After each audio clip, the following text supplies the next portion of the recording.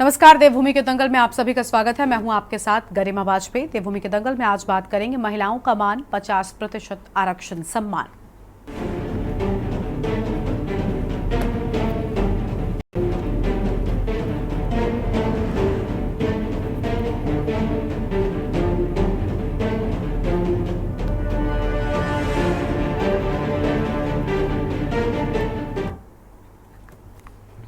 उत्तराखंड की धामी सरकार राज्य में होने वाले निकाय चुनाव से पहले महिलाओं के हित में एक बड़ा निर्णय लेने जा रही है। दरअसल सरकार उत्तराखंड में नगर निकायों में निर्वाचित पदों पर महिलाओं को 50% प्रतिनिधित्व के लिए आरक्षण देने की तैयारी कर रही है। उत्तराखंड राज्य महिला नीति के ड्राफ्ट में इसकी सिफारिश की गई है। सिफारिश के अनुसार निर्वाचित महिला प्रतिनिधि के विधायी कार्यों के लिए क्वालिफाइड यंग वुमेन प्रोफेशनल्स की भी व्यवस्था की जाएगी और इसके साथ ही प्राइवेट सेक्टर में भी महिलाओं को न्यूनतम 33% आरक्षण देने की सिफारिश ड्राफ्ट में की गई है।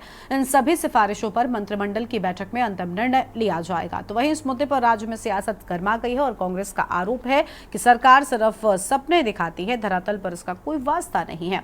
कांग्रेस का तर्क है कि राज्य में महिलाएं सुरक्षित नहीं हैं और सरकार आरक्षण की बात कर रही है। इतना ही नहीं, कांग्रेस का आरोप है कि सरकार इस वर्ष भी निकाय चुनाव नहीं करा पाएगी। सरकार हार के डर से निकाय चुनाव नहीं करा रही है।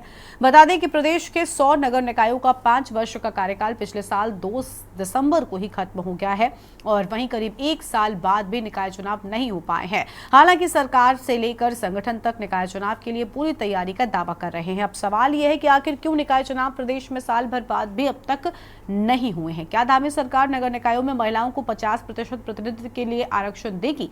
आज इन्हीं सब मुद्दों पर करेंगे विस्तार से बातचीत, लेकिन उससे पहले एक नजर डालिए आज के हमारे इस खास रिपोर्ट पर।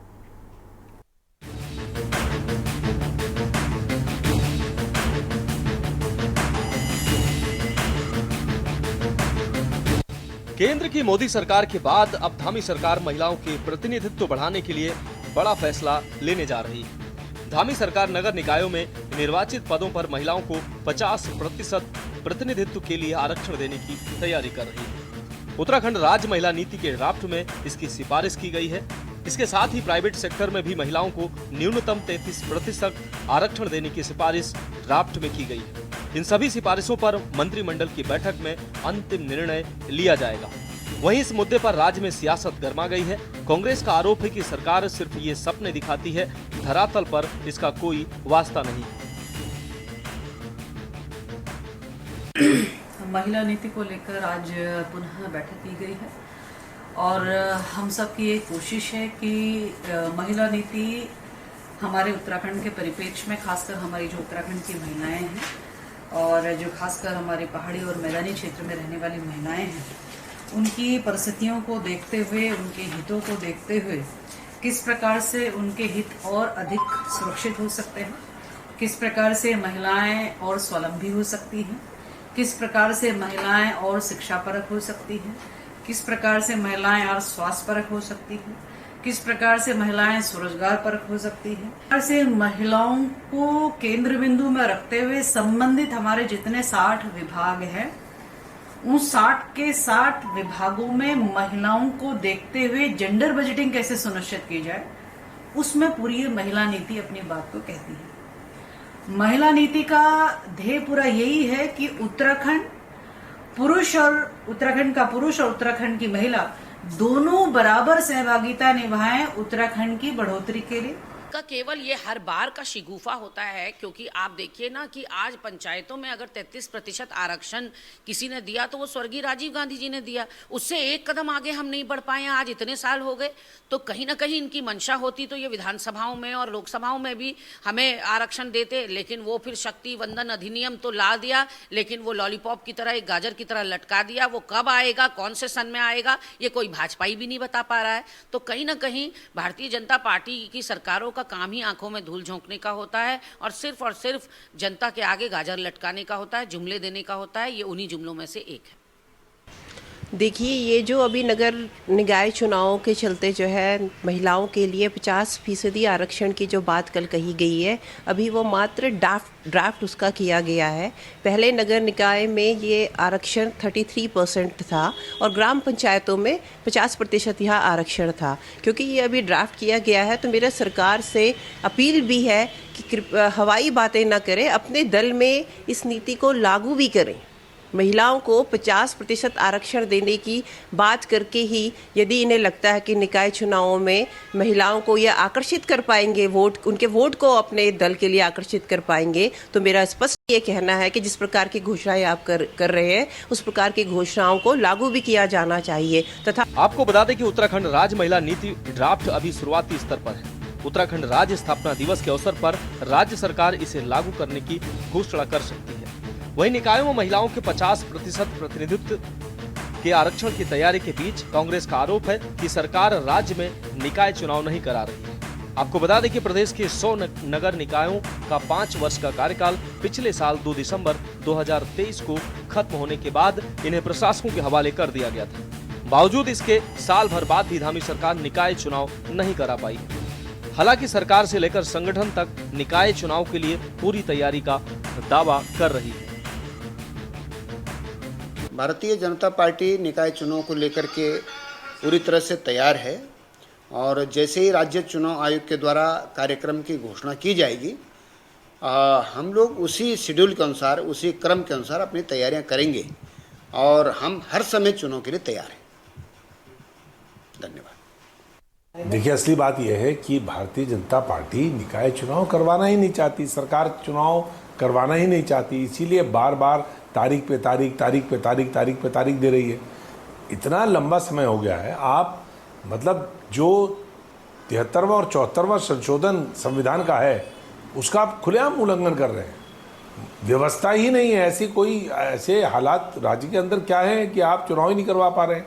असल में सरकार हार के डर से चुनाव नहीं करवा रही है और मैं समझता हूँ कि अभी भी हाई कोर्ट में सरकार कुछ भी कहे, सरकार ने तो 3 बार अलग अलग तारीख हाई कोर्ट में दे दी, एफिडेविट दे दिया, कह दिया साहब हम चुनाव के लिए तैयार हैं। आज भी सरकार कह रही है हम चुनाव के लिए तैयार हैं, लेकिन मैं समझता हूं कि तैयारियां पूरी नहीं है।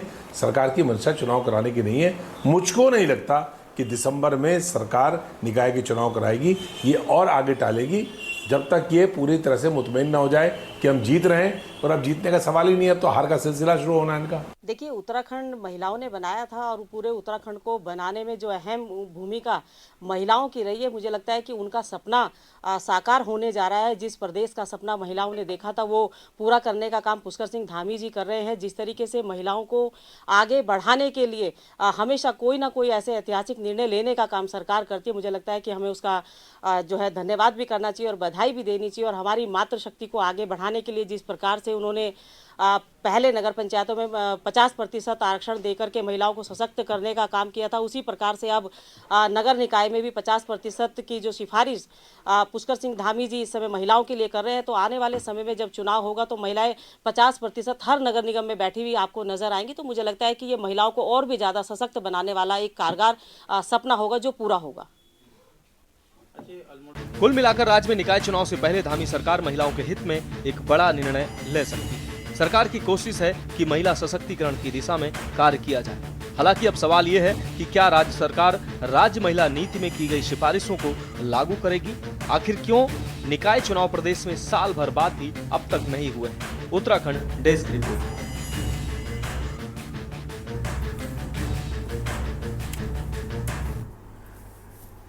और आज इसी मुद्दे पर करेंगे विस्तार से बातचीत। खास मेहमानों का पैनल हमारे साथ में जुड़ने वाला है। सबसे पहले इनसे आपका परिचय करवाते हैं। हमारे साथ में प्रदेश प्रवक्ता भारतीय जनता पार्टी की ओर से सत्यवीर सिंह चौहान जी जुड़ चुके हैं। हमारे साथ में मंजू त्रिपाठी जी हैं, प्रदेश प्रवक्ता हैं कांग्रेस पार्टी की ओर से। हमारे साथ में दीप्ति दुधपुड़ी हैं, केंद्रीय प्रवक्ता उत्तराखंड क्रांति दल की ओर से। और साधना शर्मा जी हमारे साथ में हैं, अध्यक्ष हैं उत्तराखंड महिला एसोसिएशन की ओर से। अरुण शर्मा जी हमारे साथ में हैं, वरिष्ठ पत्रकार हैं। सभी मेहमानों का सबसे पहले तो बहुत बहुत स्वागत है। शुरुआत सत्यवीर जी के साथ में कर लेते हैं। सत्यवीर जी, सबसे पहले तो विपक्ष कह रहा है कि आप चुनाव ही नहीं करा पाएंगे और अब तक 1 साल जिस तरीके से देरी होती रही वो भी कहीं ना कहीं आप के अंदर डर जो था वही सबसे बड़ी वजह थी कि चुनाव नहीं कराया गया। सरकार की ओर से डर लग रहा था क्योंकि निकाय चुनावों में स्थानीय मुद्दों को ध्यान में रखते हुए जनता वोट देती है और कहीं ना कहीं यही वजह है कि सरकार ने इतनी देरी कर दी। 1 साल से ज्यादा का वक्त हो चुका है, कोर्ट ने भी हस्तक्षेप किया लेकिन बावजूद इसके बढ़ता चला गया। अब ये नई बात निकलकर सामने आई है महिलाओं को आरक्षण देने की। इस पूरे मामले में क्या लग रहा है? सबसे पहले तो चुनाव को लेकर ही बात कर लेते हैं कि चुनाव होंगे भी सही समय पर, सरकार भी, सत्ता भी, सब प्रशासन भी दावे तो कर रहे हैं, लेकिन ये दावे कितने सच है? अनम्यूट कीजिए सर, अनम्यूट कीजिए पहले।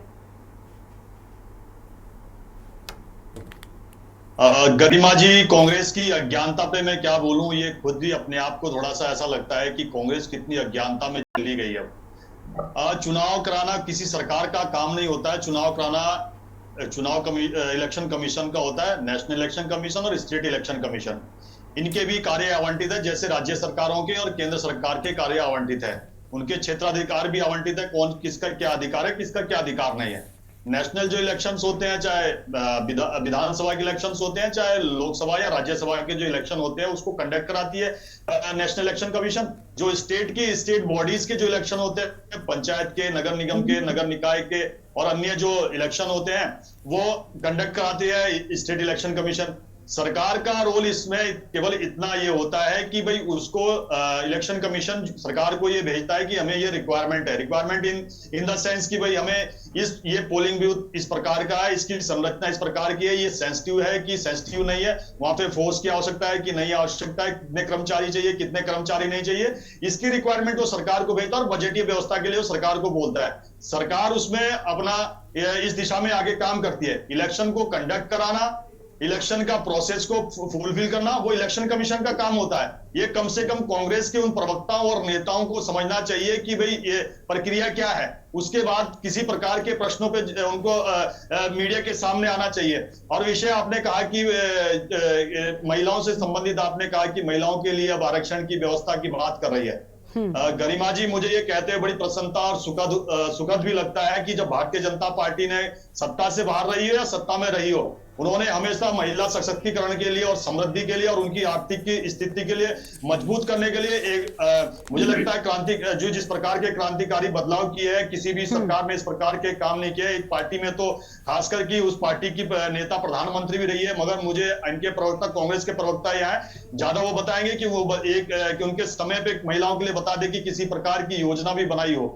मैं सिलसिलेवार आपको बताता हूँ, उत्तराखंड के अंदर हमारी विगत 7 वर्षों से हमारी सरकार है। हमने कौन कौन से कदम महिलाओं को मजबूत करने के लिए काम किया है। हमारे सहकारिता समूह में हमने अभी जो 30% आरक्षण देने का भी काम हमारी सरकार ने किया है कि महिलाओं को मुख्य धारा में लाने का, उनको पाठशाला से उनको सरकार के साथ कैसे जोड़ना है, योजनाओं के साथ कैसे जोड़ना है, वो हमारी सरकार ने अपनी नीतियों में लाया है। और यही नहीं, हमारी सरकार ने महिलाओं को जो हमारे जो प्रदेश के जो एग्जाम्स होते हैं, जो सरकारी नौकरियों के लिए जो एग्जाम होते हैं, उसमें उनके लिए 30% आरक्षण की व्यवस्था हमारी सरकार ने करी है। ये दिखाता है कि उनको नौकरियों में भी, उनको सहकारिता समूहों में भी। अच्छा, दूसरा जो सेल्फ हेल्प ग्रुप है उत्तराखंड के अंदर, ये हमारी सरकार में बहुत तेजी से सेल्फ हेल्प ग्रुप बने महिलाओं के। अभी तक मैं आज जो आपको डेटा भी दे रहा हूं, सकता है इसमें और बदलाव भी आ गया होगा, 72,000 से अधिक अभी तक यहाँ सेल्फ हेल्प ग्रुप बन चुके हैं। ये कुछ सेल्फ हेल्प ग्रुप तो इतने अच्छे काम कर रहे हैं कि जो दूसरे अन्य ग्रुप जो बन रहे हैं या उनके साइड में जो पैरेलल में जो अन्य महिलाएं काम करना चाहती है, उनको भी वो ब्याज दे, उनको भी पैसा प्रोवाइड करा रहे हैं। और यही नहीं, हमारी सरकार जब बनती है, इस बार 2022 में हमारी सरकार बनती है, दोबारा से हमारी सरकार आती है, प्रचंड बहुमत की सरकार आती है, उत्तराखंड की जनता भरपूर हमको आशीर्वाद देती है, उसके लिए उत्तराखंड की जनता का बहुत बहुत साधुवाद। हमने ये पहली बार उत्तराखंड में, इस उत्तराखंड को बने हुए 22 वर्ष हो गया था, हमने कभी ठीक है सर, सारी बातें ठीक है। आप कह रहे हैं कि चुनाव प्रक्रिया एक अलग होती है, चुनाव आयोग कराता है, लेकिन क्या सरकार का उसमें कोई योगदान नहीं होता? और अगर चुनाव आयोग देरी कर रहा है तो क्या सरकार, आप सत्ता में बैठे हुए, क्या आपको नहीं पूछना चाहिए? इसके पहले भी हम इस बात को लेकर चर्चा हालांकि कर चुके हैं। आज मुद्दा महिलाओं के आरक्षण का है, लेकिन सबसे पहले चुनाव पर ही बात करना जरूरी था, क्योंकि पहला आरोप तो आपके विपक्ष यही लगा रहे हैं ना कि चुनाव ही आप करा लीजिए, महिला आरक्षण तो बात की बात हो गई। ये बड़ी बात थी। चलिए ठीक है, आपके सुनिए सत्यवीर जी, लौटते हैं आपके पास में, अब और मेहमानों को जोड़ लेते हैं, और मेहमान हैं उनको भी जोड़े, उसके बाद आएंगे आपके पास में। सत्यवीर जी आपकी आवाज नहीं आ रही, पहले तो शांत हो जाइए। ठीक है, मंजू त्रिपाठी जी के पास में चलते हैं, प्रदेश प्रवक्ता कांग्रेस पार्टी की है। मंजू जी, कहीं महिलाओं को आरक्षण देने की बात इसीलिए तो नहीं कही गई, जो विपक्ष कह रहा था कि भाई निकाय चुनाव में हार का डर सता रहा है, तो उसी डर को कम करने के लिए, चुनाव में मजबूती के लिए महिलाओं को आरक्षण देने की बात कह रही है। और सबसे पहली बात, चुनाव कराएंगे, लग रहा है सत्ता पक्ष और प्रशासन तैयार है अब चुनाव कराने के लिए। भाजपा के प्रवक्ता ने सब कुछ जो कुछ कहना था वो अपने मुंह से, वो जो दूसरों के बोलते हैं ना, जो दूसरों पे एक उंगली उठाता है 4 उंगलियां उसके ऊपर उठती हैं, उन्होंने अपनी अज्ञानता खुद ही जाहिर कर दी। जो कांग्रेस की अज्ञानता को बयां कर रहे हैं, इनको नहीं महिलाओं को कितना स्थान, किस चीज में स्थान नहीं दिया गया। हमारी दीदी इंदिरा हृदय जी को आप भूल गए? वो महिला नहीं थी जो वित्त मंत्री रह चुकी है, यहाँ के लिए क्या नहीं किया। आज मनोरमा शर्मा को आप भूल गए, जो राज्यसभा रही है। मतलब हमारी तो आयरन लेडी जो है स्वर्गीय श्रीमती इंदिरा गांधी जी, महिलाओं का उत्थान जितना इंदिरा गांधी जी ने किया, हमारे प्रधानमंत्री ने किसी ने किया है? वो भाजपा वालों की आदत है, काम किया भी कुछ नहीं है, खाली उसको बड़ी बड़ी बातें, अभी खाली पेश की गई है बात। अरे भाई आप कुछ ऐसे आपने डंका बजाया कि यूसीसी लागू हो गया, फलाना ढिमकाना, ये तीनों लागू हो, वो उस पर भी कोई कार्रवाई नहीं हुई। और जहां तक बात स्वयं सहायता समूह की, ये कांग्रेस की योजनाओं को बढ़ा चढ़ाकर ये अपना बनाना चाहते हैं। नाबार्ड में सबसे ज्यादा काम किससे होता है बताइए? नाबार्ड की स्थापना क्या भाजपा वालों ने किया है? और अगर 10 साल से सबसे ज्यादा एसएसजी ग्रुप कहाँ पर फॉर्म है, और सबसे ज्यादा इसको क्या बोलते हैं, हरीश रावत, हमारे पूर्व मुख्यमंत्री उत्तराखंड के हरीश रावत जी ने कितना बढ़ावा दिया, विजय बहुगुणा जी ने कितना बढ़ावा। आपने अगर कुछ आप काम करते हैं तो कांग्रेस को मत सोचिए। आप कांग्रेस की योजनाओं को, कांग्रेस की आदत थी कि साइलेंट होके काम करती, आपकी तरह डंका पीटने का काम नहीं करती थी कांग्रेस। अज्ञान आप लोग खुद है, इसीलिए दूसरों को अज्ञानता का पाठ पढ़ाते हैं। इतनी पढ़ाई लिखाई भी अच्छी नहीं है। आज 10 साल से आपकी गवर्नमेंट अगर कुछ काम कर रही है तो कौन सा इस राज्य के लिए जो है एहसान कर रही है। और जहां तक गरिमा जी महिलाओं की बात है, इस राज्य में तो इस सरकार में महिलाएं सुरक्षित ही नहीं है। कहां से महिलाएं समृद्ध रहेंगी, कहां से महिलाएं सशक्त रहेंगी जब महिलाएं सुरक्षित ही नहीं है। बेटी पढ़ाओ बेटी बचाओ, आईएसबीटी सुरक्षित नहीं, रेलवे स्टेशन सुरक्षित नहीं, मिलिट्री में महिलाएं सुरक्षित नहीं, कहीं भी आप महिलाएं सुरक्षित नहीं है। एक सेना, ठीक है प्लीज बाकी के लोग खुद को म्यूट कर लें। एक सेना के अधिकारी का आपने सुना होगा कि उसकी फियांसी के साथ इन लोगों ने, पुलिस ने, देश में किस तरह बर्बरतापूर्ण व्यवहार किया था, वो भी आपने सुना होगा। अंकिता हत्याकांड हुआ, वो भी सुना होगा। तो बड़ी बड़ी बातें करने से काम नहीं चलता धरातल पर। ये जो है अपनी कमजोरी को छुपाने के लिए एक से एक बातें, जब इलेक्शन आता है, कोई भी इलेक्शन आएगा तो भाजपा वालों की आदत है ये हम ला रहे हैं, वो हम ला रहे हैं। जनता को सिर्फ वोट की राजनीति करती है भाजपा और कुछ नहीं करती है, गुमराह करने का काम। अगर मुख्यमंत्री तो राजनीतिक हुआ, अगर आप ले आए होते तो हम समझ। और जहां तक बात है, काम कुछ किया नहीं है, तू हो गई है पूरे शहर में। बरसात में आपने देखा जो है ये रोड जो है नदियों में तब्दील हो गए थे। निकाय चुनाव क्यों टाला जा रहा है? इसीलिए टाला जा रहा है कि काम धाम किया नहीं। हार जो है सता रही है कि किस तरह 2 चुनाव में हार चुके, तीसरा कांग्रेस की झोली में केदारनाथ जाने वाला है। तो अब इसी डर से निकाय चुनाव 1 साल और 1 वर्ष हो रहे हैं, अभी तक कोई अता पता नहीं, कोई तारीख पे तारीख। तो हार का डर सता रहा है, इसलिए बड़ी बड़ी बातें फाइलों में दब के रह जाए, वो बातें ये करते हैं कि बता दो कि ऐसा हम सोच रहे हैं कि फिर हमें 10 साल ले आओ, फिर गुमराह करो जनता को, फिर हमें 5 साल ले आओ, फिर जनता को गुमराह करो। लेकिन जनता जो उत्तराखंड की है वो जागरूक हो चुकी है, आपके बहकावे में आने वाली नहीं है। और अगर आप कर रहे हैं 10 साल से डबल इंजन की सरकार है, आपके प्रधानमंत्री, देश के प्रधानमंत्री जी, हमें डबल इंजन की सरकार दीजिए भाई। डबल इंजन की सरकार दे दिया। तभी केदारनाथ धाम को वहां पर सोना जो है पीतल में आजकल ऐसा युवा आपने सुना होगा कि ठीक है। सोना किसी को भगा। अरे भाई मंदिर आप चलिए ठीक है, मंजू जी लौटते हैं आपके पास में और मेहमान है, थोड़ा सा उनको जुड़ लेते हैं। ठीक है, कांग्रेस को लग रहा है कि अभी भी चुनाव नहीं करा पाएंगे। देखिए बड़ी स्थिति है कि आखिर कम से कम सरकार इतना विश्वास क्यों नहीं जीत पा रही है, और वो इसलिए भी क्योंकि पिछला आपका रिकॉर्ड ऐसा आपने बना दिया इस चुनाव को लेकर कि हर बार आप कुछ भी ऑफर लेकर चले आइए, लोग आपकी उस बात को स्वीकार करने को तैयार नहीं है। बहुत बड़ी बात है। चलिए आपके पास में लौटते हैं और मेहमान है उनको भी जोड़ लेते हैं। दीप्ति दुधपुड़ी जी हमारे साथ में है, केंद्रीय प्रवक्ता है उत्तराखंड क्रांति दल की ओर से। दीप्ति जी, क्या वजह है, कहीं इसके पहले के चुनावों में, अभी हमने उपचुनावों में देखा बीजेपी को कहीं ना कहीं मुंह की खानी पड़ी थी, चाहे मंगलौर हो, बद्रीनाथ हो, और उसके पहले निकाय चुनाव तो एक लंबे वक्त से चलते चले आ रहे हैं, कार्यकाल बढ़ाया जाने लगा, कोर्ट ने भी पूछ लिया कि भाई चुनाव कब कराएंगे, इस तारीख तक तो करा ही दीजिए, एक समय निर्धारित कर दिया गया, लेकिन वो भी फेल हो गया। क्या वजह है कि आखिर ये होता रहा, कौन जिम्मेदार लग रहा है आपको? देखिए हाँ, इसके लिए इन लोगों को जब लगता है कि इनके जो काम इनके द्वारा करवाए गए हैं और इनको लगता है कि अब जनता को स्पष्ट रूप से दिखने लग गया है, प्रत्यक्ष और अप्रत्यक्ष रूप से जनता को दिखने लग गया है कि क्या सही है क्या गलत है, तो ताकि इनको अपनी हार ना सताए, इसके लिए कि चुनाव ये आगे आगे आगे बढ़ाते जा रहे हैं। चलो मैं पुरानी बातें नहीं करती, मैं जैसे अभी हाल ही की बातें करती हूँ। हमारी जो महिला विकास मंत्री हैं, जो महिला मंत्री हैं रेखा आर्या जी, वो खुद एक महिला है। अभी आप अंकिता भंडारी जी को ले लीजिए, उनके लिए हम रोडों पे खड़े रहते हैं, रोडों पे हम नारे लगाते हैं, हम जस्टिस जस्टिस लगे रहते हैं, पर आज के टाइम में हुआ क्या है? धामी जी ने, जब उनकी पहली पुण्यतिथि थी अंकिता भंडारी की, तो धामी जी ने एक घोषणा करी थी कि जो मेडिकल कॉलेज है वो अंकिता भंडारी जी के नाम से खोल दिया जाएगा। पर अभी तक इतने साल हो गए हैं, धामी जी के वादे, पहले अपने पुराने वादे तो पूरे करिए। महिलाओं के लिए जो आप वादे कर रहे हो वो तो पुराने वादे तो पूरे करिए, फिर आप नए वादे और नई घोषणाएं निकालिए ना। अब धामी जी को तो अपना नाम चेंज करके घोषणा मंत्री रख देना चाहिए। हर साल हर कुछ ना कुछ नई नई घोषणा करते रहते हैं, कुछ ना कुछ नया नया बोलते रहते हैं। बात इनकी जमीनी स्तर पे होती नहीं है, आसमानी स्तर पे इनकी बातें सारी होती है।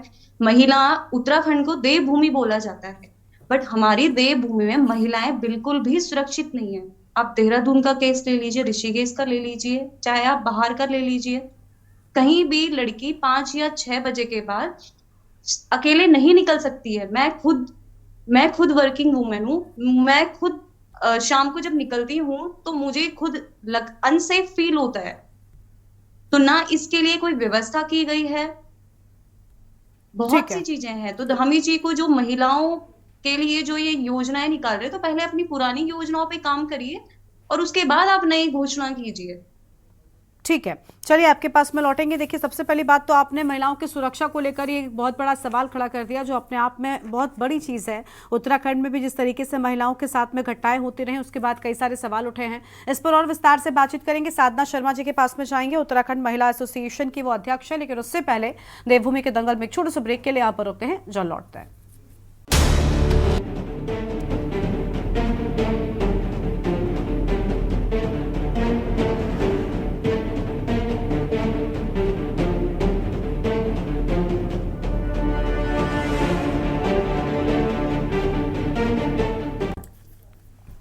ब्रेक के बाद देवभूमि के दंगल में आप सभी का स्वागत है। खास मेहमानों का पैनल हमारे साथ में लगातार बना हुआ है। महिला आरक्षण निकाय चुनावों में, इसी पर हम विस्तार से कर रहे हैं बातचीत। साधना शर्मा जी के साथ में इस बार शुरुआत करेंगे, अध्यक्ष उत्तराखंड महिला एसोसिएशन की।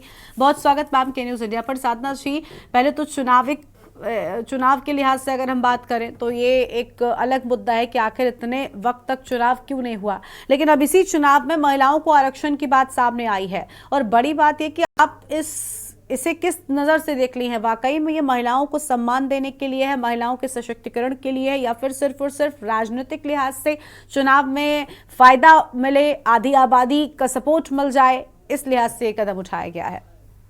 और क्या सरकार महिलाओं के लिए वाकई में सोच रही है?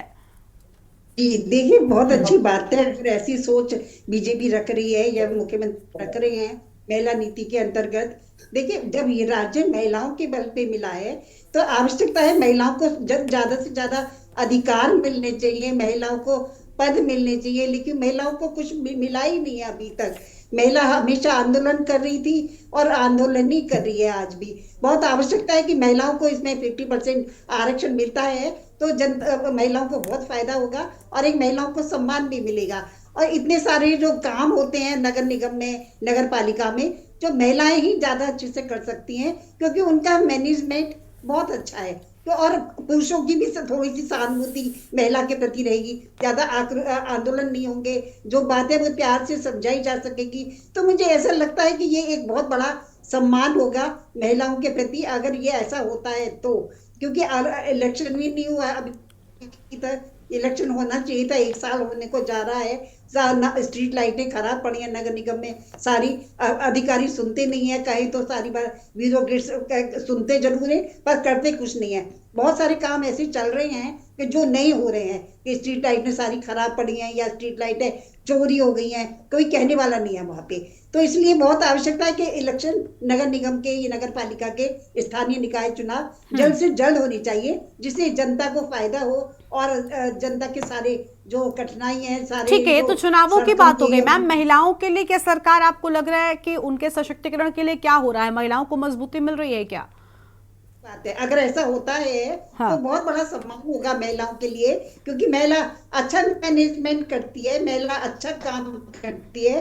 तो महिलाओं को जैसे वो घर का मैनेजमेंट करती है, ऐसी वो नगर निकाय और इनमें भी अच्छा मैनेजमेंट चलाएगी और जनता की समस्या को ज्यादा अच्छे से सुन पाएगी और अच्छा उसका निराकरण भी ज्यादा अच्छे से कर पाएगी। तो उसकी बनस्पा होना भी चाहिए, क्योंकि राज्य ये महिलाओं के बल पे मिला है। महिलाओं के लिए बहुत बड़ा सम्मान होगा ऐसा होता है, तो बहुत आवश्यकता है, इस तरह से होना चाहिए। मैं तो कहूंगी कि मुख्यमंत्री की सीट भी सुनिश्चित होनी चाहिए कि महिला को मिलेगी, और जितने भी नगर निकाय हैं, जितने भी मेयर पद हैं, वो महिला को मिलना चाहिए। बिल्कुल बिल्कुल बिल्कुल। देखिए, अगर योग्य महिला है तो बिल्कुल उसको मिलना चाहिए। चलिए ठीक है, आपके पास में लौटेंगे मैम। वरिष्ठ पत्रकार अरुण शर्मा जी भी हमारे साथ में हैं। बहुत स्वागत आपका अरुण जी। अरुण जी, ठीक है, महिलाओं की बात आखिर क्यों की गई? आप इसे किस लिहाज से देख रहे हैं? निकाय चुनाव की अगर बात हो रही है और मान लेते हैं एक बार को सपोज, क्योंकि फिलहाल तो सपोज कहना ही ठीक होगा क्योंकि अब तक सरकार सपोज वाली स्थिति में ही है निकाय चुनाव को लेकर। अगर ये अब चुनाव कराना भी चाहते हैं तो चुनाव से पहले आधी आबादी की बात क्या सोचकर कर रहे हैं? क्या कोई राजनीतिक लाभ नजर आता है या वाकई में महिलाओं को सम्मान और सशक्त करने का इनका कोई नया प्लान तैयार किया गया है? गरिमा, अभी मैं सुन रहा था और जो ये महिला एसोसिएशन की अध्यक्ष साधना जी, साहिबा बोल रही थी, साधना जी, उस हिसाब से तो मुझे लगता है 100% आरक्षण हो जाए। मुख्यमंत्री भी, सारे मेयर भी, सारी नगर पालिका भी, सारे नगर पंचायत भी, अच्छी सोच है। देखिए, ये तो एक तय बात है कि ये राज्य जो है महिलाओं के बलबूते मिला, बहुत बड़ा उन्होंने त्याग किया, बलिदान दिया, उसके बाद इस राज्य का निर्माण हुआ। लेकिन अगर हम ये सोचें कि आज की तारीख में कोई कदम बिना राजनीति के उठाया जा रहा है तो शायद हम भूल रहे हैं, भूल कर रहे हैं। हर चीज में राजनीति है, और मैं तो यहां तक कहता हूं कि बच्चा पैदा करने में भी राजनीति होती है, क्योंकि उससे परिवार आगे चलता है। तो ये जब सब चीजें, हमारी हर चीज, हमारा खान पान क्या होगा, हमारा विचार क्या होगा, हमारा रहने का तरीका क्या होगा, हमारे को कौन सा माहौल मिलेगा, जब ये सब राजनीति डिसाइड करती है तो निश्चित तौर पर यह भी राजनीति है कि महिलाओं को 50% आरक्षण दिया जाए। लेकिन इसमें कोई बुराई भी नहीं, क्योंकि आधी आबादी वही है। आधी आबादी को अगर सम्मान मिल रहा है तो उसमें बुरा क्या है? उसमें राजनीति कहां से घुस गई भाई? हाँ, ये राजनीति है निश्चित तौर पर कि जो दल करेगा वो लाभ लेगा। अब जमाने से कांग्रेस इन चीजों का लाभ लेती आई। अगर आज भारतीय जनता पार्टी सत्ता में है, वो लाभ लेने की स्थिति में है, क्यों नहीं लेगी? उसमें बुराई क्या है? और दूसरी चीज, निश्चित तौर पर मेरा मानना अपना ये है, और जो ये सर, आपकी आवाज ठीक तरीके से नहीं पहुंच पा रही है अरुण जी। अरुण जी की आवाज ठीक तरीके से नहीं आ रही है, उनका कुछ टेक्निकल इशू है, उसको ठीक कराते हैं। देश को आईना दिखाने वाली बात होगी कि उत्तराखंड ने एक कदम बढ़ाया और पूरे देश को एक वो एक उन्होंने नई एक तैयारी दे दी, एक रोड मैप दे दिया कि आप भी ऐसा ही कीजिए, क्योंकि उत्तराखंड एक सीट कर रहा है। और निश्चित तौर पर आज जब महिलाएं हर क्षेत्र में पुरुषों के साथ कदम से कदम मिलाकर चल रही हैं, तो ये बुराई कहीं नहीं है, आरक्षण होना चाहिए।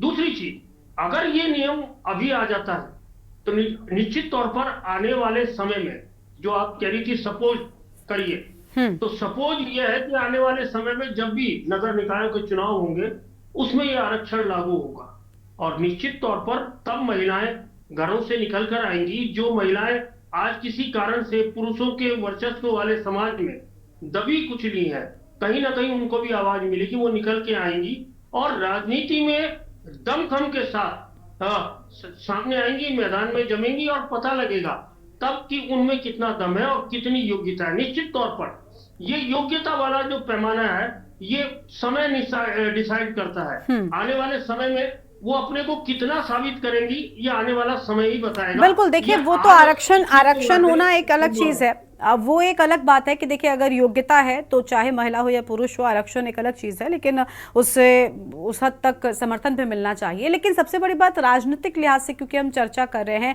कि जो आधी आबादी बीजेपी के साथ हो, क्या ये कोई डर आपको लग रहा है अरुण जी कि ये जो अभी सत्यवीर जी कह रहे थे कि भाई कांग्रेस वाले तो बस हमला बोलते रहते, चुनाव कराना तो चुनाव आयोग की जिम्मेदारी है, क्या सत्ता पक्ष का, सरकार का इसमें कोई योगदान नहीं था?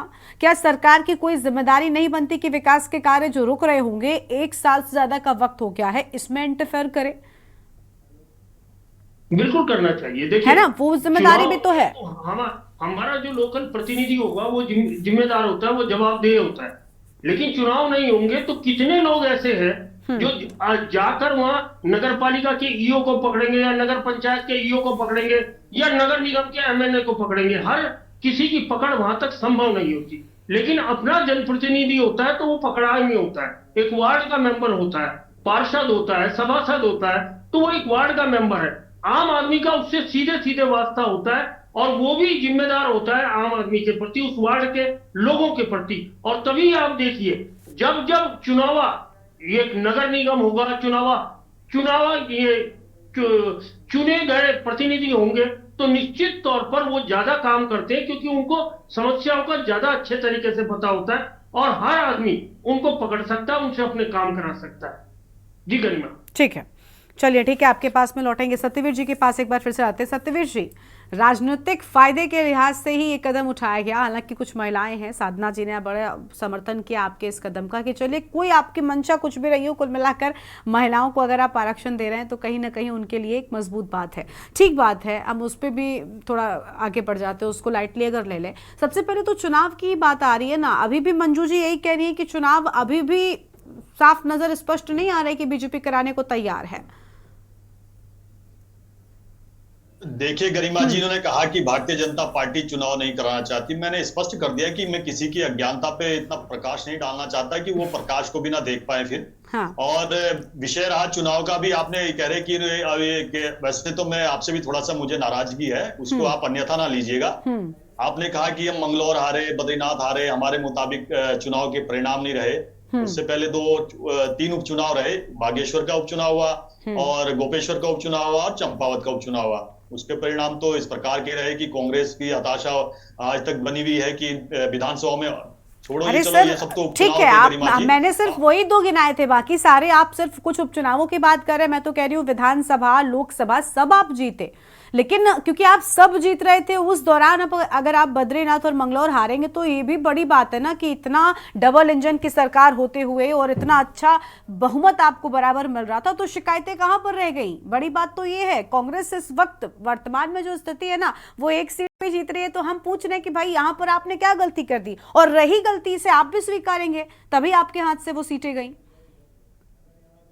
गरिमा जी, एक बल्लेबाज होता है, बहुत अच्छा खेल रहा होता है और बहुत अच्छी इनिंग खेल चल रही होती है, अगले मैच में क्या होता है कि वो क्लीन बोल्ड हो जाता है, तो उसको लगता है, उस बॉलर को ऐसा लगता है कि अब तो हमने इसकी कमियां पकड़ ली है, अब तो अगली बार हम ही जीतेंगे, हम ही इसको, मतलब कि जो इसकी फॉर्म थी उसको, फॉर्म को हमने खत्म ही कर दिया। तो कांग्रेस की कुल मिला के स्थिति है, 2 चुनाव जब हुए, उपचुनाव हुए उत्तराखंड के अंदर, तो इन्होंने सोचा कि हरियाणा भी जीतेंगे, जम्मू कश्मीर भी जीतेंगे, हरियाणा में देख लीजिए क्या स्थिति हुई है, जम्मू कश्मीर में हमें बहुमत नहीं मिला, मगर हमें सबसे अधिक वोट परसेंटेज जम्मू कश्मीर के अंदर 28% वोट मिला हमको, 42 सीटें, जबकि उनको एनसीपी को मिली, मगर उनका भी वोट परसेंटेज के लगभग है, हमारा 28% वोट परसेंटेज है। हम उस पर समीक्षा करेंगे कहाँ कमियां रही, कहाँ कमियां नहीं रही, कहाँ पे हमें और काम करना है, कहाँ हमें अपने लोगों को और जागरूक करना है, वो अलग विषय है। मगर हम जहां तक चुनाव की बात आती है कि 2 चुनाव, उसके बाद आप देख लीजिए कि कौन अपने को मजबूत कर रहा था, कौन अपने आप को उत्साह में अपने आप को कमजोर कर रहा था।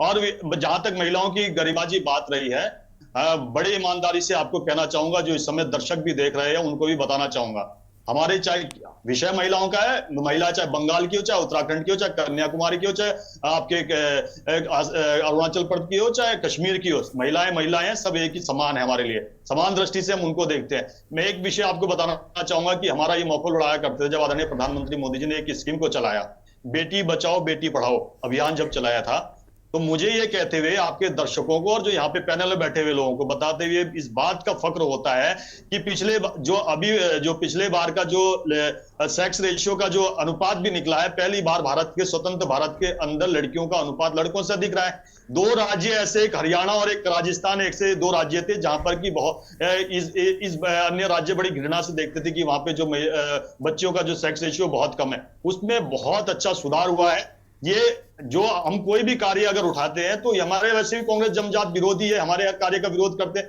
इतनी हमने सफलता पाई है बड़े कि लिंगानुपात में जो एक बड़ी समस्या थी, उस और अच्छा एक कदम आया है कि पिछले वर्ष हम लिंगानुपात में बच्चियां पुरुषों से आगे निकली है। और मैं आपको ये भी बताना चाहता हूं, ये गरिमा जी, उत्तराखंड के अंदर महिलाओं को, अभी अरुण जी ने भी जिस और इंगित किया कि भाई उत्तराखंड को बनाने में महिलाओं का बड़ा योगदान है, मैं इसमें किसी प्रकार की 2 राय नहीं रखता हूं, मगर उन महिलाओं की भावनाओं को अगर किसी ने सम्मान दिया है, वो उत्तराखंड में पहले तो अटल बिहारी वाजपेयी ने, उन्होंने इस राज्य को पृथक राज्य बनाया, इस राज्य के लिए बहुत कुछ उन्होंने दिया, यहाँ के महिलाओं को सम्मान देने का काम किया। हमारी जो 7 वर्ष की सरकार है, उन्होंने बहुत सम्मान देने का काम किया। अगर प्रॉपर्टी में पहली बार अधिकार देने का काम किया तो हमारी सरकार थी, आदरणीय मुख्यमंत्री त्रिवेंद्र सिंह रावत जी उसमें थे। और पहली बार ऐसा होता है कि लड़कियों को हमारी केंद्र की सरकार में पहली बार स्वतंत्र भारत में ऐसा होता है कि कोई फाइनेंस मिनिस्टर सबसे अधिक समय तक रही है और वर्तमान में भी उन्हीं के पास कार्यभार है। और राज्य जब 33% पहली बार ऐसा होता है कि संसद भवन के अंदर महिलाओं के लिए 33% जब आरक्षण आता है, नारी शक्ति बंधन अधिनियम लाता है, तो विशेष सत्र का आह्वान किया जाता है। ऐसी एक से एक योजनाएं हैं, चाहे पीएम उज्ज्वला योजना हो, बेटी बचाओ हो, अच्छा मात्र जहां तक महिलाओं से संबंधित एक विषय और बताना चाहता हूँ, महिलाओं को पहले 26 सप्ताह का 12 सप्ताह का पहले अवकाश मिलता था। हमारी सरकार आई, हमारी सरकार ने उनको 26 सप्ताह देने का काम किया। और एक बात, कांग्रेस के प्रवक्ता ने इंदिरा हृदयेश जी का नाम लिया, तो मैं उन पत्रों का जिक्र नहीं करना चाहता हूं क्योंकि अब वो दिंगत हो गई है। जब आपने गिरेबान में हाथ डालने का प्रयास ही किया तो बता ही देता हूं दर्शकों को, एनडी तिवारी से और हरीश रावत से परेशान होकर कितने पत्र उन्होंने केंद्रीय नेतृत्व को लिखा, तो शायद ही अच्छे से जानते होंगे क्योंकि उस दल से जुड़े हैं, मगर वो सार्वजनिक रूप से जब बाहर आ गए थे तो कुछ हम लोगों को भी पता चला। और जहां तक महिलाओं की बात होती है कि महिलाओं को परमानेंट कमीशन आने, सेना में परमानेंट कमीशन आने तक इतना समय लग गया कि आदरणीय मोदी जी की सरकार को आना पड़ा। उन्होंने महिलाओं को सेना में परमानेंट कमीशन देने का काम किया। और बड़ी आज की आप देख सकते हो कि फाइटर प्लेन से लेके सामान्य विमान तक वो उड़ा रही है। ये हमारी दूरदर्शिता दिखाती है कि जब बच्ची पैदा होती है तो 10 वर्ष से पहले अगर वो सुकन्या समृद्धि योजना के अंतर्गत वो अपना खाता खुलवाती है और जब तक वो बालिग नहीं हो जाती है तब तक आप उस पैसे को विड्रॉ नहीं कर सकते। वो पैसा इतना इकट्ठा हो जाता है कि वो अपनी शादी भी कर सकती है, अपने हायर एजुकेशन के लिए भी वो आगे प्रोसेस कर सकती है। हमने उनके बालिकाओं के जन्म से लेके उसके विवाह से लेके उसके शिक्षा तक का जिस प्रकार की आदरणीय प्रधानमंत्री जी जिस प्रकार से नीतियां बनाई है, प्रदेश ने उसको अमल किया है। जनधन खाते में आज ये रिकॉर्ड है कि जब जनधन खाते खुल रहे थे तब उस समय के फाइनेंस मिनिस्टर अरुण जेटली जी और उस समय के आरबीआई के गवर्नर तैयार नहीं हुए थे कि हम इस प्रकार की स्कीम को लॉन्च नहीं कर सकते, हमारे पास इस बार इस प्रकार का प्रभावी इफेक्ट इकोसिस्टम नहीं, क्योंकि उस समय के जो फाइनेंस मिनिस्टर थे, चाहे वो प्रधानमंत्री उस समय मनमोहन सिंह रहे थे, उन्होंने कहा था कि ना हमारे पास बैंक इस प्रकार का स्ट्रक्चर, ना हमारे पास बिजली है, ना इतने कर्मचारी है, ना ये, तो उन्होंने उस समय जेटली जी ने और आरबीआई के जो गवर्नर थे सारी बातें ठीक है, लेकिन आप मुद्दे से भटकते जा रहे हैं। हम महिलाओं की बात कर रहे हैं, निकाय चुनाव की बात कर रहे हैं, तो कम से कम वहां तक रहना था आपको। चलिए ठीक है, आपके पास में लौटेंगे। महिलाओं को मेन आप स्ट्रीम में वक्त लाने बहुत का ले काम लेते किया हो तो और भारतीय दूसरे जनता मेहमानों पार्टी को ने नहीं गरीबाजी बोलने नहीं देते किया। सत्यवीर जी। इसमें किसी प्रकार की दो ठीक राय है, उत्तराखंड आपने में बेहतर हमारी काम किया। सरकार बनाने में महिलाओं का बहुत बड़ा योगदान है। हमारे पास अगर चलिए, बहुत 47 अच्छी सीटें बात तो है, आपने इस 47 में बात से को 42 स्वीकारा। सीटें ऐसी है जिसमें कि महिलाओं ने हमको बढ़ चढ़ के ठीक मतदान है किया सर, है। ठीक जी है, ठीक गरिमा है। जी। अब मंजू जी की बात सुन लेते हैं। मंजू जी, सत्यवीर जी बिल्कुल इस बात को स्वीकार रहे हैं कि उनकी सरकार बनाने में महिलाओं का बहुत बड़ा योगदान है। यही वजह है कि कहीं ना कहीं अपने निकाय चुनाव में भले डरे सहमे ही सही, लेकिन अब क्योंकि जानते हैं महिलाओं ने बड़ा योगदान दिया है, समर्थन दिया है, तो उससे पहले ये वाला तीर छोड़ना जरूरी है। राज्य को बनाने में महिलाओं का योगदान है। और जो भी चलिए, वो हमारे राजनीतिक भाजपा के प्रवक्ता है, वो अपने प्रवक्ता दल की मजबूती के लिए सोच रहे हैं, इसमें भी कोई हमारी गलत बहन नहीं ने है। कहा था ना, इसमें भी कि कुछ घोषणा गलत नहीं है। मंत्री, लेकिन तो मंजू भाई, जी, मंजू जी implement सुनिए, करते हैं तो सुन हम भी लीजिए। सहयोग करेंगे। लेकिन भाजपा से ऐसी उम्मीद इसलिए नहीं की जा रही है क्योंकि इनकी सिर्फ घोषणाएं। अच्छा। उत्तराखंड को अग्रिम राज्य में सिर्फ घोषणाओं का राज्य बना रहे हैं। इस तरह से इम्प्लीमेंट क्यों नहीं? और अभी मेरे भाई कह रहे थे हमने परमानेंट कमीशन आर्मी। अरे भैया, पहले कमीशन ही नहीं होता था आर्मी में ऑफिसर्स जो है, मेरे परिवार से 2 लड़कियां जो है आर्मी में कमीशन ऑफिसर है। मुझे पता है ना कि आर्मी में पहले जब कमीशन ही नहीं होता परमानेंट आपने कहा किया। उन्होंने याचिका दायर की थी सुप्रीम कोर्ट। वैसे तो आप सुप्रीम कोर्ट की बात करते हैं, और यहाँ पर आप इस तरह की बातें कर रहे हैं। सुप्रीम कोर्ट ने कोर्ट ने उनकी याचिकाओं को मंजूरी दी है। जब आप देखिए, जब बच्चा नर्सरी में जाएगा तभी तो 12th में पहुंचेगा। पहले वो सेना में पहले महिलाएं आई शॉर्ट सर्विस कमीशन के लिए, और उनको ट्रायल बेसिस, क्योंकि हमारे फौज में जो है महिला अधिकारी थी नहीं। तो ये जब शुरुआत की गई है तब तो इनकी गवर्नमेंट नहीं थी। जब शुरुआत की गई, जब सफल हुई महिलाएं अपने कार्य में, महिलाएं हमेशा ही सफल होती है, तो इन्होंने याचिका दायर की, पिटीशन डाला। उसके बाद जो है परमानेंट, उसमें मोदी जी कहां से आ गए, उसमें भाजपा कहां से आ गई? अज्ञानता आपकी साफ झलक रही है। महिलाएं किस क्षेत्र में आगे नहीं है? महिलाएं हर क्षेत्र में पहले से ही आगे थी। कल्पना चावला को भी बोल दीजिए कि आप ही ने उतारा है, बोल दीजिए राकेश शर्मा जी को भी आप ही ने भेजा है। अरे राकेश शर्मा महिला है। नहीं महिला नहीं। ठीक है, ठीक है, सुन लीजिए। मारते हैं। यही तो प्रॉब्लम है कांग्रेस सत्यवीर की। सत्यवीर जी वो एक उदाहरण दे रही हैं, क्या बात कर रहे हैं आप सर? की स्थापना कीजिए, की है, कह दीजिए आपने बड़ी जितनी कुछ सरकारी संस्थाएं हैं सब आपने स्थापना की है। ठीक है, हर चीज खुद लेना चाहते हैं। ठीक है, चलिए मंजू जी, गवर्नमेंट है, ठीक है, केंद्र में आपकी गवर्नमेंट है, राज्य में आपकी गवर्नमेंट है, कुछ तो करोगे। और जहां तक 15 लाख, ठीक है। अब देखिए उनकी ओर से आरक्षण की बात कही गई, अभी चुनाव में ही बिल्कुल साफ हो जाएगा। पहले तो चुनाव सही समय पर अभी जो कह रहे हैं उसके हिसाब से हो जाएं, और उसके बाद कितना महिलाओं के लिए कौन सी सरकार कर रही है वो नजर आता है। चलिए ठीक है, अभी साधना शर्मा जी के पास में जाएंगे, अध्यक्ष उत्तराखंड महिला एसोसिएशन की ओर से। साधना जी, मंजू जी आप प्लीज, हो गया थोड़ा सा, उनको भी सुन ले, बाकी मेहमान भी आए हुए हैं। साधना जी देखिए, महिलाओं को लेकर ऐसा नहीं है, कभी भी चुनाव होते हैं महिलाओं के लिए कुछ न कुछ स्पेशल जरूर किया जाता है। इसके पहले कांग्रेस ने भी महिलाओं के लिए अभी एक चुनाव हुआ था जिसमें लड़की हूं लड़ सकती हूं के नारे पर महिलाओं को टिकट दिया था बड़ी संख्या में। उस दौरान बीजेपी की ओर से कई सारे टिकट्स महिलाओं के काटे गए थे, और उस वक्त पर कांग्रेस की ओर से भी महिलाओं के लिए ये वाला कैंपेन शुरू किया गया, जिसके तहत काम भी हुआ। भले बहुत सफल नहीं हुआ, कोई बात नहीं, लेकिन किया गया था। अभी सत्यवीर जी भी इस चुनाव से पहले बीजेपी की ओर से यहां पर आधी आबादी की बात की गई है। क्या महिलाओं का इस्तेमाल राजनीति में नहीं होता? आपको नहीं लग रहा है? भले ही ठीक है, वो किस भाव से करते हैं वो बेहतर पार्टियां जानती होंगी, लेकिन कहीं ना कहीं चुनावों से पहले इस तरीके की बात महिलाओं के हित में करना, तो ये सिर्फ राजनीतिक नहीं लगता आपको? वाकई में सरकारें या दल जो भी राजनीतिक है ये चाहते हैं महिलाओं के लिए असली में काम करना? देखिए, बहुत उसकी बात है। हर जब भी इलेक्शन होता है आधी आबादी को ही सारी बात बताई जाती है कि आधी आबादी को हम ये करेंगे, हम आधी आबादी को ये करेंगे। तो लेकिन पहले से क्यों नहीं करी जाती ये सब बातें? पहले से भी तो की जा सकती हैं। जब इलेक्शन आता है तभी होती है ये सारी बातें कि अब की बार इलेक्शन आएगा तो ये होगा, और अब की बार ये आएगा तो ये होगा। तो क्यों नहीं पहले से कहा जाता? और क्योंकि महिलाओं में जोश ज्यादा होता है, वो जोश खरोश से आगे इलेक्शन में नारेबाजी करती हैं, घर घर वोट डलवाने चली जाती हैं। इसीलिए ज्यादा ये राजनीतिक दल महिलाओं को इलेक्शन के टाइम पे ही कहते हैं, क्योंकि उनको जोश आ जाए और वो जोश से वो अपना वो सारी वोट का आसपास से दिलवाएं और खुद जाए, घर घर जाएं, नारे जोश में लगाएं और जगह जगह उनके साथ चलें और वोट दिलाने में उनको बूथ पे भी, बूथ से लेके सारे घर तक उनका सहयोग करें। तो ज़्यादा यही है कि उनको जोश दिलाने के लिए आधी आबादी को वो महिलाओं को राजनीति में यूज करते हैं और बाद में जब इलेक्शन हो जाता है तो वो बेचारी हाथ पे हाथ रख के बैठे रह जाती हैं, बाद में उन्हें कुछ नहीं मिलता। वही हाथ के वो ढाक के 3 पाद वही बेचारी फिर नारे लगा रही है और फिर वो वही सारे कर रही है। लेकिन महिलाओं को देने के लिए नियत चाहिए, मन स्ट्रांग चाहिए और पुरुषों का जो है बहुत ज्यादा अपना मन बनाना पड़ेगा जब वो पुरुष महिलाओं को कुछ देंगे। जब भी महिला आरक्षण की बात आती है पुरुष ही सबसे पहले कहता है कि अरे हम इतने सालों से लगे हुए थे, हमारा क्या होगा।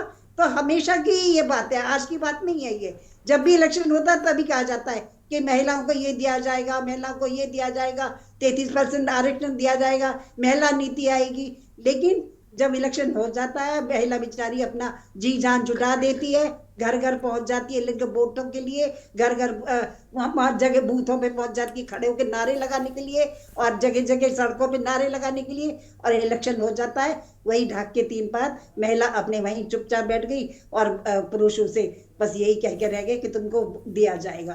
तो पुरुष देने ही नहीं देते, उन्हें अपनी सीट कि भाई हम इतने साल से क्या कर रहे थे, हमारा क्या होगा।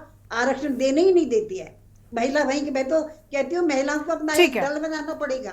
ये मैं तो बहुत दिनों से कह रही हूँ, महिला अपना एक अलग दल बनाए और अपना ही कुछ वो। ठीक है साधना जी, चलिए आप उत्तराखंड महिला एसोसिएशन की ओर से है, महिलाओं के हित की बात सोचनी बिल्कुल ठीक बात है, लेकिन बड़ी बात है कि राजनीतिक दलों की ओर से क्या वाकई महिलाओं के हित के लिए काम किया जाता है या फिर सिर्फ और सिर्फ राजनीतिक लाभ के लिए उनके लिए नए नए अलग अलग पैंतरे अपनाए जाते हैं। बहुत शुक्रिया आप सभी मेहमानों का हमारे साथ जुड़ने के लिए और अपनी बातचीत रखने के लिए। तो आरक्षण के बदले सरकार को क्या इसका फायदा मिलेगा, इसी पर हम कर रहे थे विस्तार से बातचीत। बहुत शुक्रिया आप सभी का। देवभूमि के दंगल में इतना ही, लेकिन